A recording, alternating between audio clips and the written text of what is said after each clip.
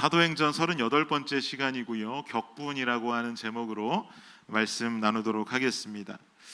한두 달 전쯤에 우리 호범 형제가 저희 집에 와서 참외를 함께 먹다가 참외 씨를 따로 골라서 그것을 발화시켰습니다.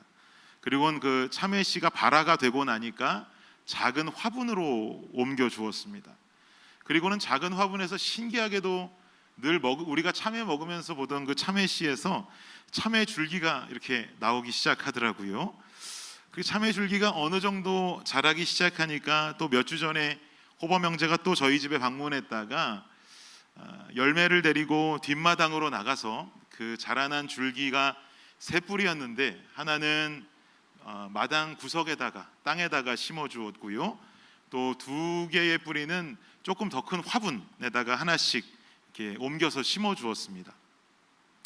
그리고는 매일 아침마다 저희 아이 열매가 애지중지하는 마음으로 참외가 있는 세 군데를 돌아다니면서 열심히 물을 주었단 말이죠. 그리고 호범이 삼촌이 꼭 이른 아침에 물을 주는 게 제일 좋다고 열매를 가르쳐서 열매는 또 새벽마다 일어나서 아빠가 새벽 예배 갈 때마다 종종 아빠를 따라서 새벽 예배를 왔다가 집으로 들어가자마자 물을 주는 이 루틴으로 열매가 살았습니다. 새벽 예배 열매가 나간 이유는 하나님 사랑에서도 나갔지만 참외 사랑에서도 나갔어요. 그런데 며칠 전에 좀 안타까운 사건이 저희 집에 있었습니다. 요 말씀만 드려도 이 이야기의 결론이 상상되실 텐데요. 지난 월요일에 우리 집 잔디를 깎는 분들이 잔디를 깎으러 오셨어요. 상상이 좀 되세요? 저희 집은 잔디가 그렇게 많이 있지 않은 집이라서 어쩌다 한 번씩 그냥 잔디 깎는 분들이 오셔서 깎곤 하는데요. 이게 오실 때마다 이분들은 그 호범 형제가 참외를 열매랑 함께 심어둔 그 장소는 지금까지 몇 년 동안 단 한 번도 깎으신 적이 없어요. 왜냐하면 잔디 깎는 분들이 보통 오시면 이렇게 그 라이딩 모어라고 그러죠. 이렇게 타고 다니는 거, 왕 타고 다니는 걸로 깎으셔서 호범 형제가 참외를 심어 놓은 곳은 저희 집 뒷마당에 데크와 페리오가 다 있는 부분 안쪽이라 그 차가 들어갈 수가 없거든요. 그러니까 이분들이 오셔서는 늘상 그 전까지만 깎으시고 그 안에는 손도 안 대셔서 사실은 늘상 제겐 좀 불만이기도 했습니다. 그래서 그 조그만 공터는 제가 늘 깎아주고 정리하고 하는 곳이었거든요. 그런데 그날도 당연히 그곳은 깎지 않으시겠지 하고 마음을 놓고 있었는데 잔디를 다 깎으시고 돌아가신 후에 혹시나 해서 뒷마당을 나가보니까 열매가 그토록 애지중지 키우던 참외가 사라졌더라고요. 그날따라 구석까지 풀을 모두 다 그냥 깎고 가신 거죠. 와, 이게 소위 말해 멘붕이라는 단어가 이럴 때 쓰는 거더라고요. 어쩔 줄을 모르겠는 거예요. 열매한테 어떻게 말하지 하는 순간 열매가 마당 문을 열고 제 뒤로 나타났습니다. 그리고는 사라진 참외 자리를 보더니 이거 뭐 1초도 안 걸리고 대성통곡을 하기 시작하는 거예요. 막 우는 거예요. 그래서 제가 열매를 위로한답시고 열매를 쫓아가서 열매야 어차피 그쪽에 있는 참외는 잘 자라지 않았잖아. 그리고 네가 물을 열심히 잘 준 건 아는데 이미 말라서 죽어가고 있었잖아. 실제로 그랬거든요. 다른 건 잘 자라는데 그것만 이상하게 죽어가고 있었단 말이에요. 그러니까 저기 화분에 아직 남아있는 그 두 개 우리가 한번 열심히 잘 키워보자라고 했는데도 멈추지를 않아요. 눈물을 멈추질 않는 겁니다. 그러면서 울면서 저한테 막 소리치는 거예요. 그러니까 아빠는 잔디 깎는 아저씨들이 왔을 때 그거 깎지 말아달라고 내가 얘기해달라고 부탁했는데 왜 그걸 말을 굳이 안 했냐는 거예요. 근데 저도 당연히 그런 곳이 늘 안 깎으시던 곳이니까 당연히 안 깎을 거야 그러고 말을 안 했던 곳이죠. 그래서 제가 다시 말했어요. 열매야 그거 많이 죽어가던 거잖아. 그러니까 거기에 이제 미련 두지 말고 여기 있는 거 두 개 있는 거 잘 키워보자. 또 재차 그렇게 이야기했더니 열매가 울면서 제게 한마디 대답을 했는데 제가 그 이야기를 들으면서 뒤통수를 한 대 빡 맞는 것 같은 기분이었어요. 왜 그랬냐면 그 대답 한마디에서 내가 열매의 마음을 몰랐구나라고 하는 깨달음이 왔기 때문입니다. 열매가 막 울면서 뭐라고 말했는가 하면 호범이 삼촌이랑 같이 열심히 심어준 거란 말이야. 그러면서 우는 거예요. 호범이 삼촌이랑 같이 열심히 심어준 거란 말이야. 제가 부끄러워지더라고요. 왜냐하면 저는 그 참외는 죽어가고 있는 힘없는 참외니까 다른 거 잘 키우면 되지라고 하는 시각으로 그 상황을 바라봤지만 열매는 이런 세상에 퇴색한 아빠의 시각과는 다른 시각을 가지고 있었던 것이죠. 자기가 참 좋아하는 호범이 삼촌이랑 저녁 시간에 나가서 뒷마당에서 참외를 심으면서 가졌던 그 추억의 시간이 사라졌다고 생각하는 거예요. 그게 슬펐던 것이죠. 그래서 저랑 아내도 열매를 달래가면서 얼른 그런 열매의 마음을 캐치하고는 마음을 고쳐 먹었습니다. 그리고는 다른 방법으로 열매를 달래기 시작했어요. 그럼 열매야, 열매, 아빠랑 함께 뒷마당에서 호범이 삼촌처럼 상추도 심고 깻잎도 심고 우리 함께 잘 농사짓고 잘 키워보면 어떨까? 그랬더니 단숨에 눈물을 딱 그치더라고요. 그러더니 저한테 눈을 똑바로 뜨고 쳐다보면서 이야기해요. 아빠 정말 그렇게 해줄 거냐고.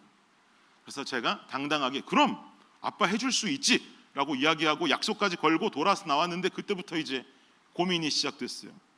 제가 허리가 좋지 않다 보니까 쭈그리고 앉아가지고 뭘 하는 게 쉽지 않거든요. 그래서 고민하다가 일어서서도 할 수 있는 가든 베드라 그러더라고요. 이렇게 가든 베드, 좀 이렇게 올라와 있는 가든 베드를 하나 사고 거기에 넣을 흙도 샀습니다.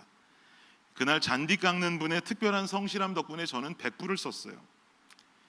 때로는 어른의 눈이 아이들의 눈보다 대단히 나을 것 같지만 순수하고 올바른 것을 바라보는 눈은 아이들보다 어른들의 눈이 세상에 찌들어서인지 아이들의 마음을 헤아리지 못할 때가 많더라고요.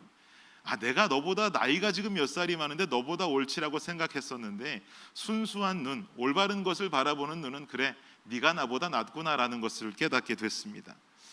여러분, 올바른 눈을 뜨고 있어야 올바른 것이 보입니다. 헛된 눈을 뜨고 있으면 헛된 것만 바라고 헛된 것만 보게 될 뿐이죠. 오늘 본문 속에도 헛된 것에 눈을 뜨고 살아가는 사람들의 모습이 좀 그려지고 있는데요, 우리 본문으로 들어가서 한번 살펴보지요. 16절 말씀 한번 다시 읽어보겠습니다. 시작. 바울이 아덴에서 그들을 기다리다가 그 성에 우상이 가득한 것을 보고 마음에 격분하여. 바울은요 여러분, 빌립보, 데살로니가, 베레아를 거쳐서 결국 아덴이라고 하는 도시에 들어왔습니다. 그런데 바울이 아덴까지 들어오는 그 경로의 이야기들을 한번 곰곰이 잘 다시 더듬어서 기억해 보세요. 데살로니가에서는 어떤 일이 있었나요? 데살로니가에 도착해서 유대교 회당에서 말씀을 전했더니 유대교 회당 안에 있는 많은 유대교도들이 예수 믿는 예수교로 회심을 했단 말이죠. 그런 사람들이 늘어나니까 유대교도들이 깡패들을 동원해서 바울을 공격하려고 그랬잖아요.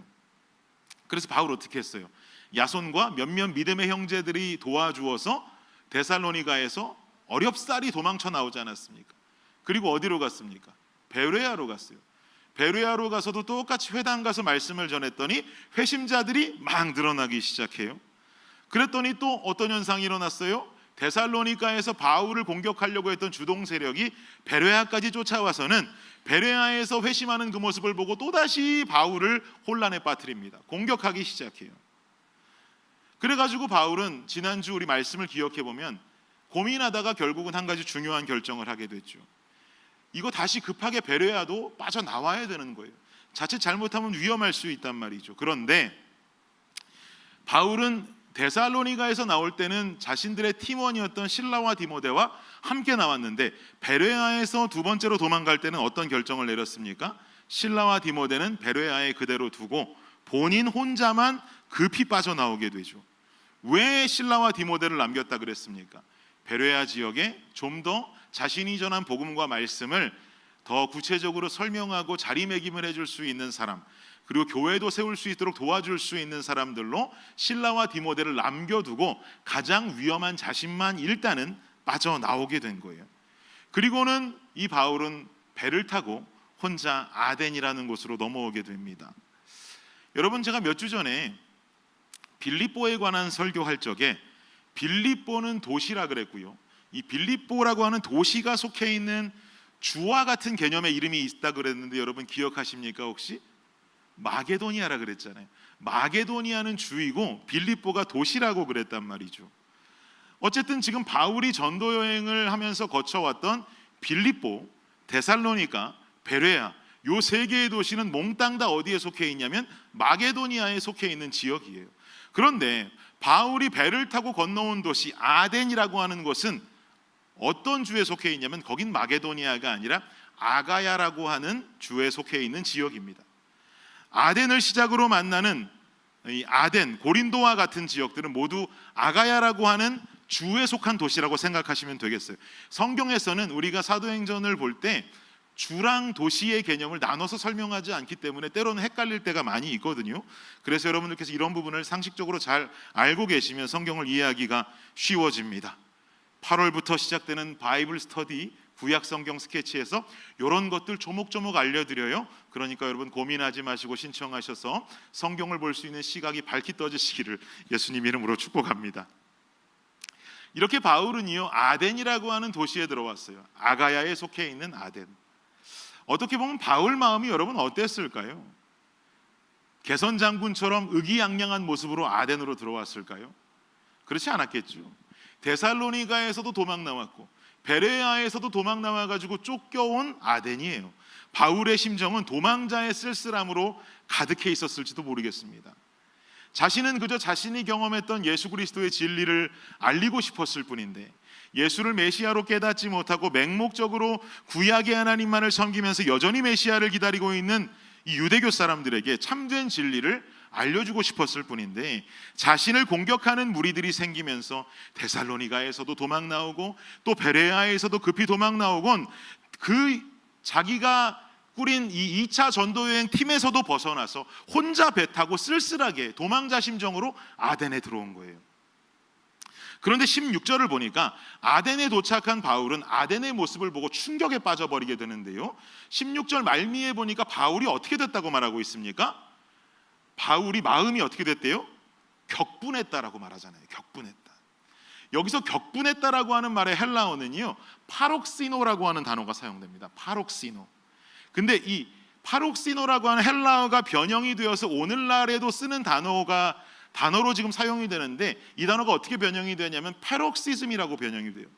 이 단어는 어떻게 해석이 되냐면 발작이라는 뜻입니다. 발작한다 이 말이에요. 지금 바울이 아덴의 모습을 보고 격분했다라고 하는 의미는 바울이 발작을 일으킬 정도의 본인의 마음과 행동을 추스릴 수 없는 상태로 분노하게 됐다라는 뜻이죠. 그리고 이 파록시노라고 하는 헬라어가 사도행전 안에 다른 곳에서도 한 군데 사용이 되는데요, 사도행전 15장을 보면 바울과 바나바가 싸우고 갈라지잖아요. 그죠? 기억하시죠? 바나바는 자기 조카인 마가를 같이 데리고 2차 전도 여행 가자 그랬더니 바울이 그거 끈기도 없고 인내도 없는 마가를 어떻게 또 데리고 가냐, 나는 데려갈 수 없다 그러면서 둘이 심히 다투잖아요. 요 심히 다투었을 때 사용된 헬라어가 파록시노예요. 그러니까 얼마나 이 바울과 바나바도 얼마나 심히 다투었는지를 우리는 알 수 있는 것이죠. 근데 여러분, 이 발작이라는 것을 우리가 생각해 보면 발작한다는 것은 내가 스스로 제어할 수 있는 행동이 아닙니다. 내 심정과 나의 뇌가 나를 컨트롤할 수 없는 상태에 이르는 걸 발작이라 그래요. 누군가 발작이 일어나는 것을 내가 발작이 일어나네, 내가 이걸 멈춰야겠다라고 멈출 수 있는 사람은 없죠. 내가 이걸 일으켜야겠다라고 해서 일으킬 수 있는 사람은 없습니다. 이 정도로 지금 자신이 제어할 수 없는 정도의 분노의 상태에 바울은 이르렀어요. 도대체 왜 이런 상태까지 바울은 이르게 된 것일까요? 뭐가 바울을 이토록 화가 나게 만들었을까요? 여러분, 아덴은 아까 우리 퀴즈 시간에도 알려드렸지만 그리스의 아테네를 말합니다. 여러분, 아테네 기억해 보시면 뭘로 유명한 도시입니까? 정치, 문화, 철학의 중심지예요. 여러분 그렇게 잘하시고 나우나 씨도 요즘 그렇게 목청껏 놓아 부르는 테스 형, 우리 소크라테스, 플라톤, 또 누구예요? 아리스토텔레스. 이 모든 철학자들의 근거지가 아덴이에요. 그리고 아덴은 민주주의의 발상지였습니다. 시민들이 직접 자신의 의견을 말하고 그 의견을 가지고 정치를 해나가는, 아테네 곳곳에 가보면 그 시민들 중에서 발언권을 가지고 이야기하는 사람들이 발언을 했던 발언대가 곳곳에 있어요. 시민들이 자신의 주장을 정치적으로 펼칠 수 있었던 곳이라는 거예요. 그래서 이 민주주의가 발전하고 발상된 곳이 아덴이었습니다. 또 한 가지, 아덴은 에게해와 지중해가 연결되는 무역의 중심지였어요. 그러니까 돈이 돌았겠죠. 아덴에서는 은화를 많이 사용했거든요. 은화를 사용하고 무역이 활발하다 보니까 경제적인 흐름이 원활했던 도시가 아덴이었습니다. 결국 결론은 뭐예요? 아덴은 어떤 도시였다는 거예요? 정말 살만한 도시였어요. 여러 가지로 뛰어난 도시였고, 뛰어난 사람들이 뛰어난 이야기를 하고 뛰어난 삶을 살아가는 곳, 이곳이 아덴이었단 말이죠. 그런데 이 뛰어난 아덴 사람들이 따르고 있는 존재는 누구였는가? 그 존재가 바로 그리스 신화 속에 등장하는 수많은 다신들이라 그러죠. 이 다신들을 따르고 있더란 말입니다. 고대 그리스 역사가 중에 한 명이었던 플루타르코스의 주장에 의하면 이 아덴의 상황을 어떻게 설명하는지 아세요? 아덴에서 섬기고 있는 신들의 숫자가 아덴에 살고 있는 주민들의 숫자보다 많았다 그래요. 그만큼 우상단지들의 종류가 많고 숫자가 많았던 거예요.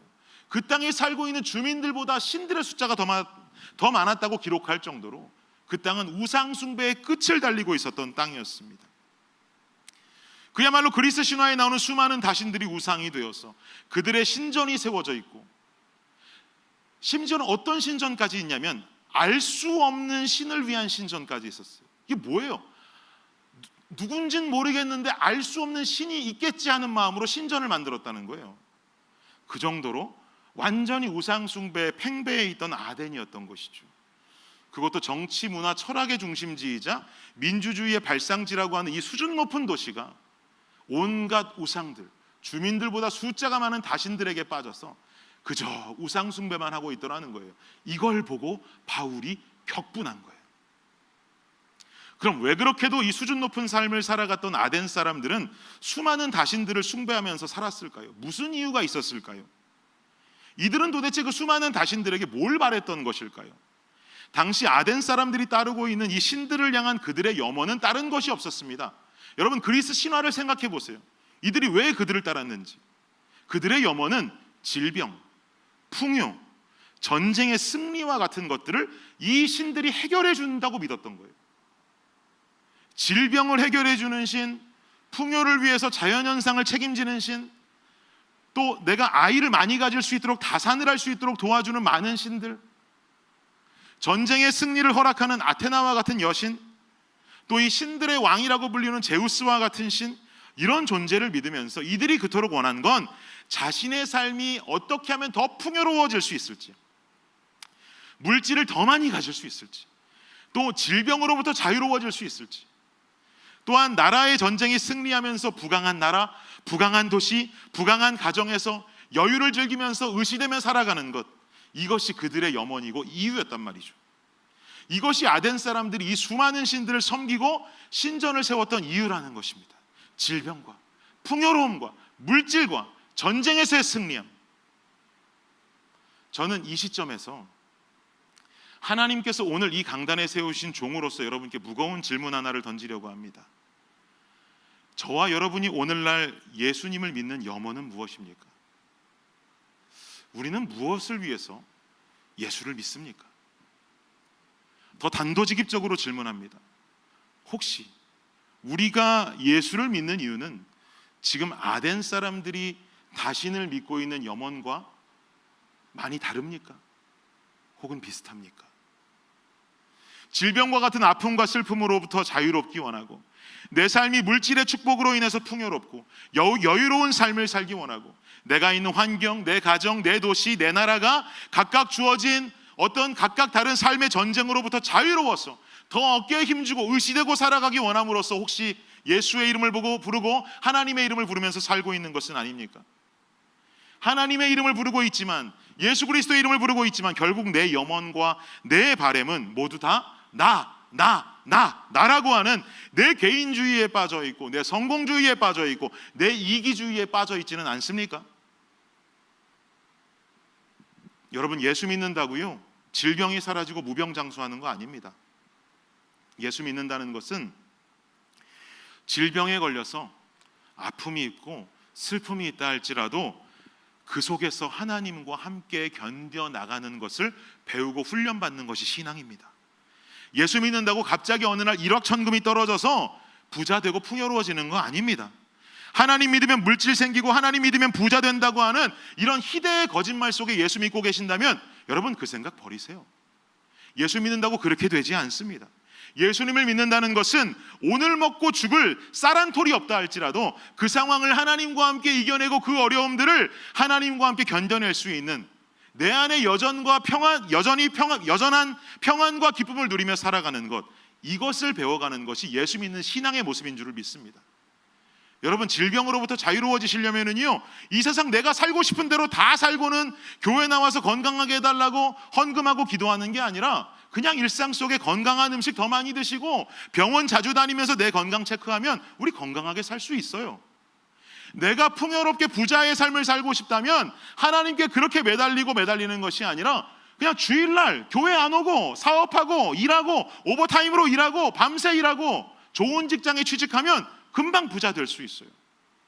이런 항목들이 우리가 예수 믿는 본질이 될 수 없다는 이야기입니다. 사랑하는 여러분, 저는 우리 블레싱 공동체는 올바른 신앙의 본질에 관한 기초를 단단히 세우고 신앙생활하기를 원해요. 우리가 이렇게 헛된 시각을 가지고 헛된 시각으로 예수를 바라보면 예수님께 부르짖으면서 헛된 것만 구하고 사는 거예요. 내가 이렇게 풍요롭게 살기 원합니다, 주님. 내가 질병 없이 살기 원합니다, 주님. 내가 여유롭고 의시되면서 이런 가정과 이런 도시와 이런 나라 가운데에서 힘있게 살기 원합니다, 주님. 시각이 헛되니 바라는 것도 헛된 거예요. 그러면 헛된 시각으로 자신을 바라보면서 살아가고 있는 아덴 사람들과 다를 게 없습니다, 여러분. 오늘 우리는 나 자신의 신앙을 바라보면서 헛된 시각으로 헛된 것을 바라보고 있는 나 자신을 요만큼이라도 발견한다면 파록시노, 내 자신을 바라보는 격분이 일어나시기를 예수님의 이름으로 축복합니다. 여러분, 이게 축복이에요. 오늘 우리의 신앙을 돌아보면서 견딜 수 없는 파록시노가 내 마음속에 일어나야지 우리의 신앙이 제 길로 가고 있는 거예요. 그러면 우리는 어디로 가야 제 길로 가는 올바른 신앙의 삶을 살아가게 되는 것일까요? 헛된 시각으로 헛된 것을 바라고 헛된 것을 구하며 살아가던 아덴 사람들은 바울이 전하는 한 가지 소식을 듣고 반대로 본인들이 격분하는 장면이 나오는데요, 18절을 보세요. 18절 말씀 시작. 어떤 에피쿠로스와 스토아 철학자들도 바울과 쟁론할세, 어떤 사람은 이르되 이 말쟁이가 무슨 말을 하고자 하느냐 하고, 어떤 사람은 이르되 이방 신들을 전하는 사람인가 보다 하니 이는 바울이 예수와 부활을 전하기 때문이로라. 18절 마지막에 그 정답이 기록되어 있죠. 이는 바울이 뭘 전했다고요? 예수와 부활을 전하기 때문이로라. 바울은 헛된 시각을 가지고 인생을 바라보면서 헛된 기대로 자신을 믿고 있는 아덴 사람들에게 전한 것은 다른 게 아니라 예수와 부활이었어요. 예수와 부활이 의미하는 것은 무엇입니까? 예수가 의미하는 것은 생명입니다. 죽을 수밖에 없는 우리를 그대로 내버려 두실 수가 없어서 내게 생명을 주시기 위해서 하나님께서 이 땅에 보내신 독생자 아들이 예수잖아요. 그리고 그 뒤에 부활이라고 말하는 것은 날 위해서 죽으신 그분이 그저 십자가 위에서 힘없이 죽은 어린 양이 아니라 다시 살아나신 그리스도시라는 것, 즉 우리의 삶도 부활의 첫 열매가 되신 예수님을 따라서 우리의 삶이 이 땅에서 끝난다 할지라도 결국은 다시 살아나서 천국을 누리게 될 것이라는 소망을 누리고 살아야 한다는 거예요. 그 말을 전하고 있는 거예요. 즉 바울이 말하고 있는 근본적인 본질은 뭐냐면 질병 고치기 위해서 돈 벌어서 풍요로워서 농사가 풍년을 이루어서 더 값어치 있는 삶, 더 돈 많이 버는 삶을 살기 위해서 내 집, 내 가정, 내 나라에 늘 여유가 넘쳐서 고민 없는 삶을 살기 위해서 고작 너희가 믿고 있는 신들의 존재는 너희들 인생에 그런 뒤치다거리나 해주는 핫바리일지 모르겠지만 내가 전하는 예수는, 내가 믿는 예수는 죽음을 생명으로 바꾸신 분이다. 사망을 생명으로 옮기신 분이다. 그리고 우리의 인생은 여기서 끝이 아니라는 거예요. 부활이 있다는 거예요. 그러니 우리는 죽는다 할지라도 예수처럼 다시 부활해서 영원한 본향 천국으로 갈 수 있는 인생들이라는 거예요. 이것을 우리에게 주시는 분이 예수님이라는 사실입니다. 니네 같은 핫바리신들하고는 다른다는 거예요. 우리는 이 시각을 떠야 됩니다, 여러분. 그런데 이 진리의 외침의 결과는 어떻게 되는가? 본문 19절과 20절을 보십시오. 시작. 그를 붙들어 아레오바고로 가며 말하기를 내가 말하는 이 새로운 가르침이 무엇인지 우리가 알 수 있겠느냐? 내가 어떤 이상한 것을 우리 귀에 들려주니 그 무슨 뜻인지 알고자 하노라 하니. 그 결과는 어떻게 됐느냐? 바울은 붙들려서 아레오바고 언덕으로 끌려가게 됩니다. 아레오바고 언덕은 어떤 곳이냐면 과거 소크라테스가 젊은이들을 잘못된 학문으로 인도했다고 고발됐던 장소예요. 여기서 고발당하고 주민 재판 받고 소크라테스는 결국 헬레아이아 법정에서 사형 언도까지 받게 되죠. 제가 아덴은 민주주의의 발상지라고 하지 않았습니까? 지금 바울은 그곳에서 자신이 믿는 예수를 전해보라고 끌려가고 있지만 사실상은 주민 재판에 회부되는 거예요. 그러나 바울은 이 아레오바고, 주민 재판에 회부돼서 끌려간 이 아레오바고에서도 담대하게 복음을 전합니다. 왜냐하면 끌고 간 사람들은 바울을 주민 재판에 회부하기 위해서 끌고 갔는지 모르지만 바울에게 있어서는 어떤 거예요? 수많은 아덴의 주민들 앞에서 복음을 전할 수 있는 절호의 찬스인 거예요. 그러니까 그 앞에서 바울은 굴하지 않고 복음을 전하는 것이죠. 사랑하는 여러분, 우리가 예수를 믿는 이유가 아덴 사람들이 자신들을 바라보는 이유가 되어서는 안 됩니다. 오밤중에 정한수 떠놓고 비나이다 하는 스타일의 믿음 일랑은 버려야 됩니다. 그들이 빌고 있는 그 어느 신도 자신을 믿고 있는 인간의 삶을 사망에서 생명으로 옮겼다 주장하는 자는 아무도 없습니다. 오직 하나님뿐이세요. 그러기에 예수는 종교가 아니에요. 예수는 진리입니다. 우리는 그 진리 되신 예수 그리스도의 사랑을 기억하면서 그 사랑에 감격하고 감사한 신앙의 본질로 반드시 돌아가야 됩니다. 그러면 우리가 살아가는 이 세상에서의 풍요로움과 풍족함은 우린 예수 믿으니 싹 다 포기하고 가난하게 살면 되는 걸까요? 저 지금 그런 얘기 드리는 게 아닙니다. 말씀으로 제 마음을 대변하겠습니다. 마태복음 6장 28절에서 30절입니다. 시작. 또 너희가 어찌 의복을 위하여 염려하느냐? 들의 백합화가 어떻게 자라는가 생각하여 보라. 수고도 아니하고 길쌈도 아니하느니라. 그러나 내가 너희에게 말하노니 솔로몬의 모든 영광으로도 입은 것이 이 꽃 하나만 갖지 못하였느니라. 오늘 있다가 내일 아궁이에 던져지는 들풀도 하나님이 이렇게 입히시거든 하물며 너희일까 보냐. 믿음이 작은 자들아. 아멘. 주님은 이 시간에 말씀을 통해서 우리에게 도전하십니다. 책임지심의 복을 도전하시는 거예요. 우리가 더 이상 잡신들을 섬기는 그 동일한 신앙의 자세를 버리고 날 구원하신 십자가 사랑을 기반한 신앙의 뿌리를 올바르게 두게 될 때 예수님의 따뜻한 음성이 지금과 같이 우리에게 들릴 것입니다. 사랑하는 아들아, 사랑하는 딸아, 너희가 풍족함을 위해서 염려하느냐? 들의 백합화가 어떻게 자라는가 한번 잘 생각해봐라. 아무도 키우는 사람 없는데도 잘 자라고 있지? 또 아름다운 색과 자태를 뽐내고 있지?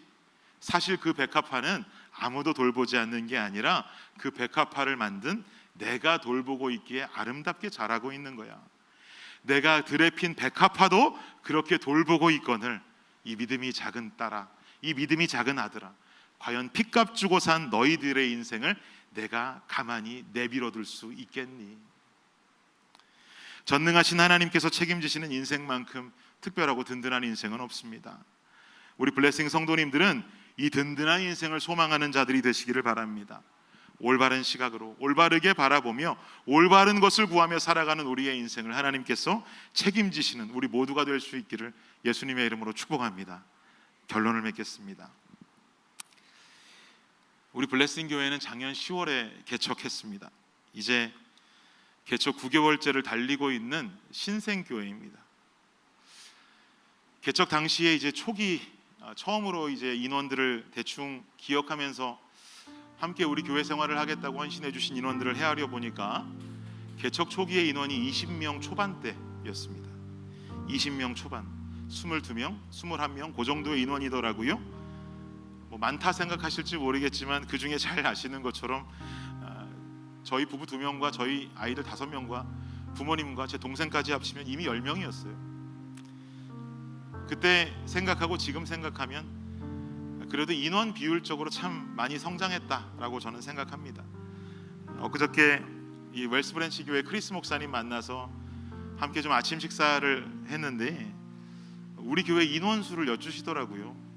저는 한국 목사님들만 그런 거 물어보시는 줄 알았는데 미국 목사님도 너희 교회 몇 명이냐고 물어보더라고요. 그래서 제가 몇 명이라고 말씀드렸다. 아이들 포함 이만큼입니다 라고 했더니 크리스 목사님이 와우 그러는 거예요. 와우 준, 너 개척할 때 한번 생각해보라고. 엄청 성장했네, 엄청 많이 성장했네 그러시더라고요. 뭐 그렇게 생각 안 하고 살았는데 아 그렇다, 개척할 때를 생각해보니까 우리 크리스 목사님이 이렇게 축하해 주는 것처럼 우리 안에 성장이 있었구나, 하나님의 은혜가 있었구나라는 생각을 좀 하게 됐습니다. 저는 이제 9개월째를 달려가고 있는 우리 블레싱 공동체가 지금 이 시기에 반드시 마음에 새겼으면 하는 것은 바로 오늘 하나님께서 우리에게 주시는 이 말씀입니다. 본질이에요, 본질. 신앙이라는 것은요, 여러분, 우리의 삶과 너무 밀접하게 있다 보니까 자꾸 신앙을 우리는 어떻게 생각하냐면 내 삶의 탈출구로 여길 때가 많아요. 그죠? 내 힘든 삶, 고된 삶의 탈출구로 우리의 신앙을 여길 때가 참 많습니다. 어찌 보면 그렇게 여기는 것도 당연한데요, 사실 신앙이라는 것은 생명 얻음의 감사입니다. 신앙이라는 것은 구원 얻은 백성들의 삶의 고백이 신앙입니다. 여러분 그렇게 믿으십니까? 그게 신앙의 본질 아닐까요? 우리 블레싱 공동체는 이러한 밑그림을 지금 확실하게 그려놔야 됩니다. 저희 집에 있는 4번과 5번 아이가 늘 제게 와서 색칠 공부 자료를 좀 프린트해달라고 많이 부탁하거든요. 구글 서치를 하면 색칠 공부하는 자료가 엄청 많기 때문에 거기서 아이들이 고른 걸 제가 프린트해서 주곤 하는데요. 얼마 전에 우리 집 넷째 아이 이라가 헬로키티 색칠 공부 도안을 뽑아달라고 부탁하더라고요. 그래서 그걸 뽑아달라는 걸 뽑아서 이라에게 주었습니다. 그런데 1분 정도 있다가 다 색칠했다고 저한테 가지고 오더니 이거 아빠 선물이야? 그러면서 전해주는 거예요. 아니 무슨 1분도 안 돼서 애가 색칠을 다 했지? 그러고 그걸 받아가지고 이라가 색칠한 것을 보았더니 이라가 색칠을 키티의 머리핀하고 옷에만 했더라고요. 그래서 제가 이라에게 물었습니다. 이라야, 키티도 색칠을 해줘야지 왜 핀하고 옷에만 색칠을 했어?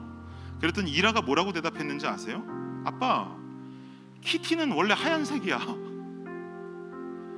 생각해보니 그래요. 키티는 하얀색이죠. 그래도 제가 가진 생각은 하얀색이면 어떻게 해야 돼요? 흰색 색연필로 색칠해줘야 되는 거 아니에요? 그 흰색 색연필로 색칠해줘야 되지 않을까라는 생각이었는데 이라 생각은 달랐던 거예요. 가만히 생각해 보니까 그래, 맞아.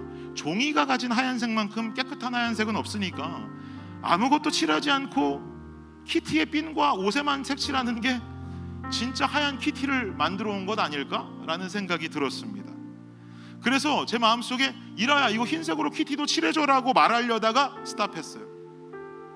그리고 이라를 이렇게 안아주면서 잘했어, 맞아 이라야, 키티가 흰색인데 아빠가 그걸 몰랐네, 진짜 하얗다, 너무 예뻐, 키티가 칭찬해 주었습니다. 흰색으로 색칠하는 것보다 종이의 흰색이 가장 깨끗하니 그대로 두겠다고 하는 이라의 생각이 더 현명했을지 모르죠. 우리는 때로는 틀린 것이 맞다고 생각하고요, 잘못된 것이 당연하다고 생각하며 살고 있는지도 모르겠습니다. 신앙에 대해서도 말이죠. 우리는 우리 신앙에 대한 생각과 정립을 잘해 나가야 됩니다. 올바른 시각을 가지고 내 신앙을 세팅해야 돼요.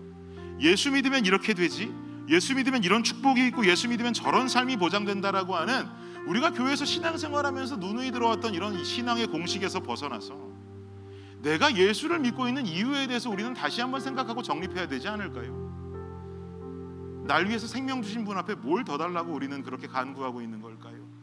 주지 않아서 원망하고 주지 않아서 시험 들었다고 우리는 뭐 그렇게 당당하게 떠들 때가 있을까요? 보이지 않는 분이라고 너무 막말할 때 우리 많은 것 같아요.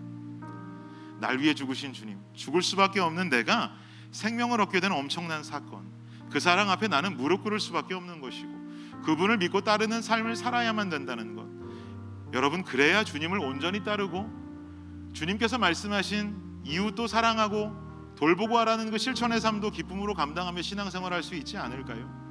그저 내 신앙생활이 내 삶하고만 연관이 되어서 나 먹고 사는 것에만 연관돼서 급급한 신앙생활이라면, 신앙생활로 내가 받을 복들에만 관심이 있다 보니까 나 돌아보기도 바쁜 것이 내 삶이고 내 신앙인데 웬 이웃사랑, 웬 형제사랑, 웬 교회사랑, 그러니까 우리 마음에 룸이 없는 거예요. 우리 마음 가운데 그것이 호사요 사치라고 느껴지신다면 여러분, 우리는 우리의 신앙을 다시금 한번 돌아봐야 됩니다. 테슬라의 대표인 일론 머스크 다들 잘 아시죠? 일론 머스크가 2008년도에 한 인터뷰에서 이런 말을 하더라고요. 한 기자가 젊은 일론 머스크에게 와서 이렇게 물었습니다. 당신은 왜 그렇게 전기차를 고집하고 있습니까? 제가 보니까 다른 대기업들, 뭐 포드 이런 대기업들 자동차 회사에서는 전기차에 아직 관심 두고 있지 않은 것 같은데 당신은 왜 그렇게 전기차에만 관심을 두고 투자하고 있습니까? 그랬더니 일론 머스크의 대답이 어땠는지 아세요? 내가 전기차에 관심을 두고 여기에 매진하고 있는 이유는 대기업은 혁신을 이룰 수 없기 때문입니다. 혁신이라는 것은 우리 같은 스타트업 회사들이 할 수 있는 특권입니다. 저는 그 인터뷰를 듣는데 꽤나 은혜가 되더라고요. 사랑하는 여러분, 지금 블레싱 교회가 해낼 수 있는 특권이 바로 이거예요. 우리 기업으로 따지면 지금 스타트업 아닙니까? 크지 않은 인원수가 모여서 신앙생활하고 있는 지금, 여러분, 지금 이때 블레싱 교회의 신앙의 본질이 정립되지 않으면 우리 교회 커져도 문제되지 않을까요? 그때도 가서는 바꿀 수 없어요. 우리가 얼른 본질로 돌아가서 이 뿌리를 지금 생성해야 됩니다. 지금 이 숫자일 때, 지금 우리 교회 같은 분위기일 때, 우리처럼 가족같이 지내고 있을 때 빨리 이걸 정립해야 돼요. 왜요? 그 다음에 주님께서 정말 우리에게 은혜 주셔서 우리 교회가 양적으로 질적으로 부흥하는 날이 온다 할지라도 우리가 지금 이 본질을 정립해 놓으면 그때 가면 이 본질이 우리 교회의 모터가 됩니다. 혁신은 당연한 것이 되는 것이죠. 그러나 이 혁신을 우리가 지금 이루지 못하면 그때 가서 목청껏 아무리 떠들어봤자 우린 돌아가기 너무 힘들어요. 지금이 기회입니다. 지금이 특권이에요. 여러분, 헛된 눈을 뜨고 헛된 것을 바라보고 헛된 것을 바라보며 살았다면 여러분, 이 시간 우리의 신앙을 다시금 재정립하고, 주님, 나를 구원하신 하나님, 나를 지켜주시고 날 살려주신 하나님 감사합니다. 주님 앞에 무릎 꿇을 수밖에 없어요. 주님 앞에 나와서 무언가를 간구하기 이전에 나는 감사의 표현밖에 할 수 없습니다. 그런 내 인생 들의 백합화까지 돌보시는 주님께서 책임져 주십시오. 이 고백에 살아있는 우리 모두가 되시기를 예수님의 이름으로 축복합니다. 이 시간에 함께 찬양하며 결단하는 시간 갖기 원합니다.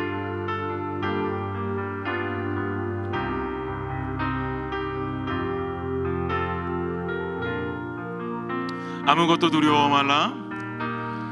아무것도 두려워 말라. 주 너의 하나님이 지켜주시네. 놀라지 마라.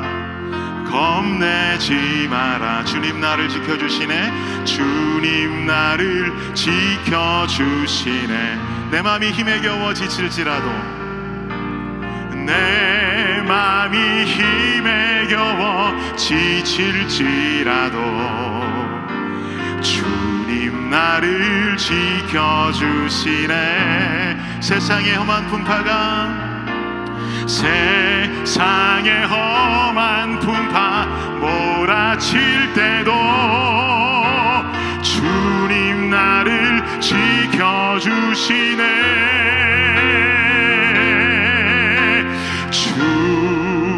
주님은 나의 산성, 주님은 나의 요새, 주님은 나의 소망, 나의 힘이 되신 여호와. 내 맘이 힘에 겨워 지칠지라도, 내 맘이 힘에 겨워 지칠지라도 주님 나를 지켜주시네.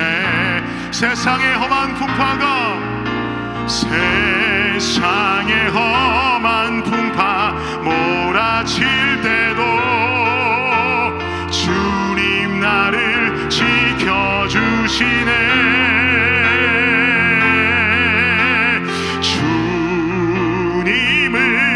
나의 산성, 주님은 나의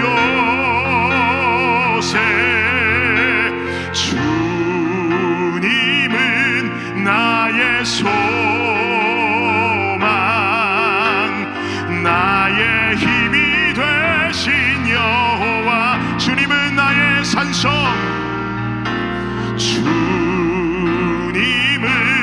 나의 산성, 주님은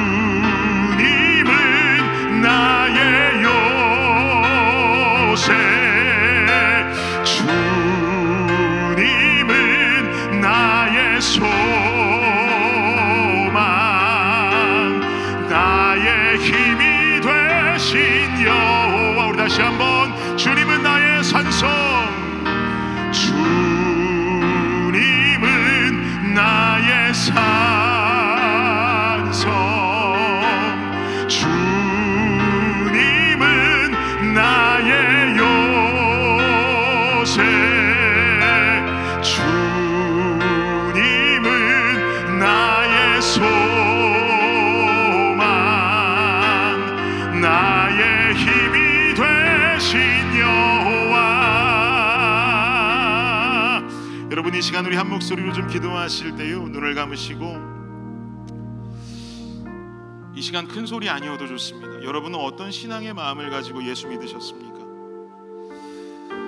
바울은 자신을 섬기고 있는 아덴 사람들을 보면서 격분했다고 합니다. 발작 일어날 정도로.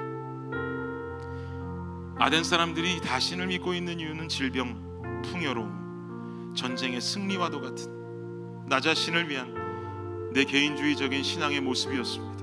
여러분, 우리가 예수 믿는 모습, 나의 삶의 모습을 돌아보며 내가 예수 믿는 믿음의 모습이 똑같지는 않은지, 내가 나의 신앙이 그 똑같은 마음 가지고 예수 믿지는 않았는지 이 시간 좀 돌아보기 원합니다.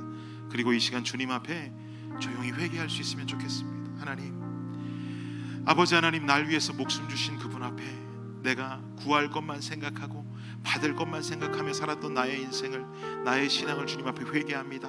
이제는 내가 주님 위해서 어찌 살아갈 수 있을지를 고민하는 내가 되게 하여 주옵소서. 이 시간 우리 작은 소리로 주님 앞에 나의 솔직한 심정을 고백하며 기도하며 나아가겠습니다. 기도하겠습니다.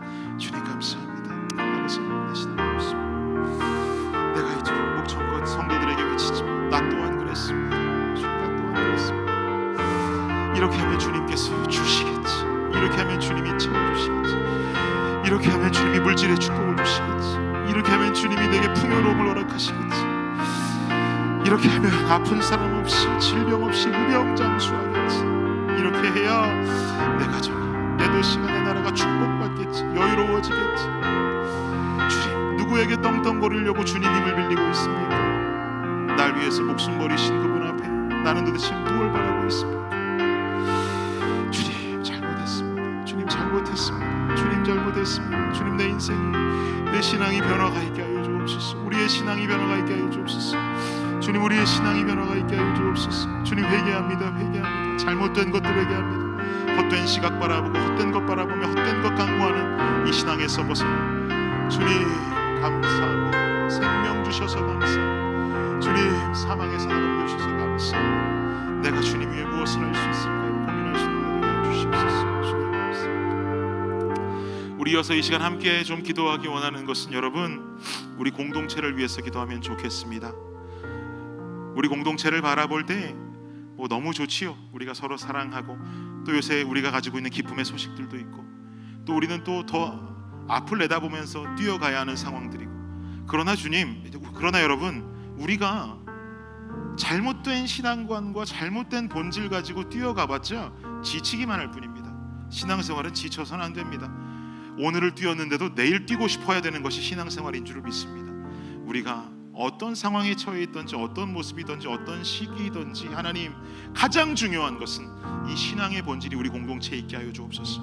날 구원하신 주님께 감사하고, 나를 살려주신 주님 앞에 감사하고, 이젠 내가 주님 위에 무언가를 할 수 있을지를 고민하는 우리 공동체의 모습 지금 만들어가게 하여 주옵소서. 우리 교회를 위해서 이 시간 한 목소리로 기도하며 나아가겠습니다. 기도합니다. 아버지 하나님, 감사합니다. 주님, 우리 공동체를 위해서 기도합니다. 하나님, 우리 다른 것 쫓는 것이 아니라 주님, 이 믿음의 본질, 신앙의 본질에 우리가 마음을 쏟게 하여 주시옵소서. 주님, 우리가 어떤 상황이든지, 어떤 복을 받았든지, 어떤 기쁨 가운데 있든지, 또한 우리가 무엇을 바라보고 어디로 달려가든지, 하나님, 우리에게 가장 중요한 것은 신앙의 본질입니다. 날 구원하신 주님에 대한 감사와 주님, 나를 향해서 아버지 아들을 보내신 하나님의 사랑과 아버지 모든 것에 감사하며, 그저 나는 주님 위해서 무엇을 할 수 있을지, 하나님의 나라를 위해서 어떻게 살아갈 수 있을지를 고민하고, 하나님, 그저 나는 주님을 위해서 살아가나 주님은 내 인생을 책임지시는 들의 백합화도 돌보시는 그 주님께서 나의 삶을 책임지시고 이끌어가시는 그 은혜의 결과를 바라보며 뛰어갈 할 수 있는 우리 모두가 될 수 있도록 주여 역사하여 주시옵소서. 하나님, 기복신앙적인 것이 없어지고 하나님, 우리가 주님 믿음의 모든 것이 형통하고 모든 것이 우리가 잘 살고 우리가 모든 것이 좋아지는 모습이 아니라 그리 아니하실지라도 내가 주님을 바라보겠노라고 하는 다니엘의 고백처럼 주여 우리의 삶의 모습이, 우리의 고백이 주여 그리 아니하실지라도 나는 주님을 바라보겠습니다. 왜냐하면 주님은 나를 위해 죽으신 주님이고 나를 위해서 생명 바치신 그 주님 앞에 내가 주님께서 무엇을 안 해주셨다고 주님을 원망하고 주님 앞에 내가 시험된다고 말할 수가 있단 말입니까? 주여 우리가 이런 신앙 가진 공동체가 되게 하여 주옵소서. 하나님, 우리가 이런 신앙 가진 공동체가 되게 하여 주옵소서. 혁신은 지금 일어나야 됩니다. 개혁은 지금 일어나야 됩니다. 이 개혁이 일어난 그 모습이 그대로 우리 교회의 모토가 되고 우리 교회의 모습과 우리 교회의 성격이 될 수 있도록 주님 역사하여 주시옵소서. 주님 함께하여 주시옵소서. 주님 감사합니다. 주님, 혁신은 일어나야 합니다. 우리 신앙의 개혁은 일어나야 합니다. 날 위해 목숨 주신 주님 앞에서 왜 이것도 주시지 아니하고 저것도 주시지 아니하느냐고 감히 주님 앞에 따지고 원망하고 시험 들고 주님은 없다고 고백하고 있는 게 내 모습이라면 주여 아덴 사람과 다를 바가 없습니다. 주님, 우리는 아덴을 벗어나길 원합니다. 우리 신앙의 아덴을 벗어나서 우리 신앙의 천국을 맛보는 우리가 되기를 간절히 원합니다. 예수가 우리 신앙의 이유가 되고 그리고 다시 부활하여 우리가 누릴 천국이 우리 신앙의 소망이 되는 아버지, 그런 우리 블레싱 공동체가 되게 하여 주옵소서. 나중에는 늦습니다. 지금 우리가 그 신앙 갖추게 하여 주옵소서. 지금 그 신앙을 갖추어서 블레싱 교회의 모토가 되고 블레싱 교회의 모습과 블레싱 교회의 성품이 그것으로 우리가 만들어져 갈 수 있는 우리 귀한 공동체가 되게 하여 주시옵소서. 지금은 우리 주 예수 그리스도의 은혜와 무한하신 하나님 사랑과 놀라운 성령의 은총이 지금 이 시간 주님 앞에 나와 결단하고 신앙의 본질을 제대로 갖추겠노라고 결단하며 돌아가는 여기 모인 모든 성도들 머리 위에 지금으로부터 영원까지 함께 하시기를 우리 주 예수 그리스도의 이름으로 축원하옵나이다. 아멘. 아멘.